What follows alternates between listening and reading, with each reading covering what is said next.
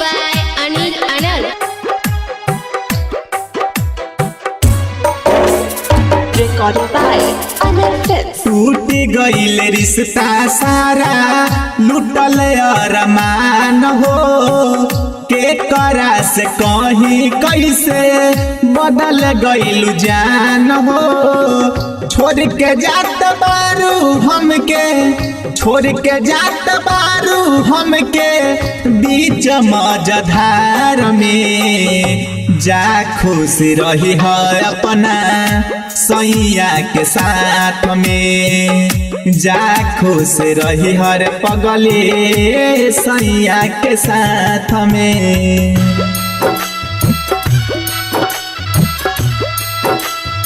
Mixed by Kanchan Raj, Muzaffarpur.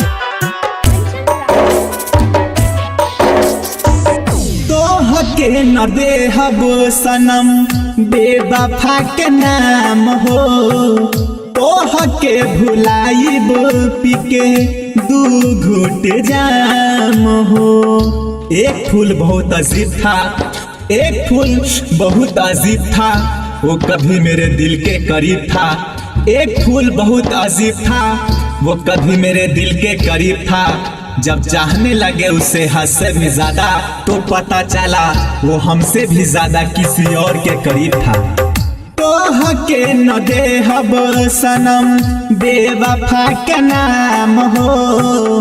तोह के भुलाई पीके दू घुट जाम हो। सपना में आके रोजो सपना में आके रोजो जगा देलू रात में। जाए खुश रही है रे पगली सैया के साथ में।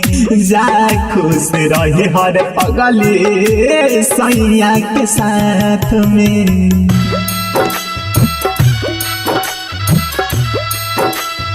Mixed by Kanchan Raj, Muzaffarpur. दिलवा पली खता रहू एनआर नाम हो। देखी ताहर फोटो सुतत रही रोजो शाम हो। होगा अफसोस जब हम ना होंगे तेरे आंखों से आंसू कम ना होंगे। होगा अफसोस जब हम ना होंगे तेरे आंखों से आंसू कम ना होंगे। बहुत मिलेंगे तेरे अरमानों से खेलने वाले लेकिन उस वक्त तेरी परवाह करने वाले हम ना हों। दिलवा पली खतरा हूँ यार नाम हो। देखी ताहर फोटो सुतत रही रोजो शाम हो। नौसद मंसूरी के काहे नौसद मंसूरी के काहे धूल झोंकलुआ खमे।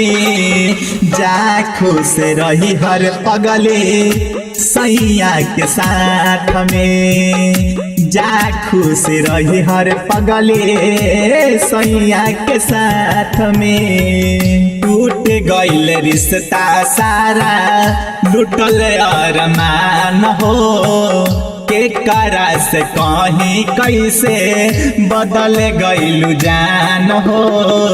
छोड़ के जात बारू हमके छोड़ के जात बारू हमके बीच मझधार में। जा खुश रही हर पगली सैया के साथ में। जा खुश रही हर पगले सैया के साथ में। Recording by Anil Films Mahua, Vaishali.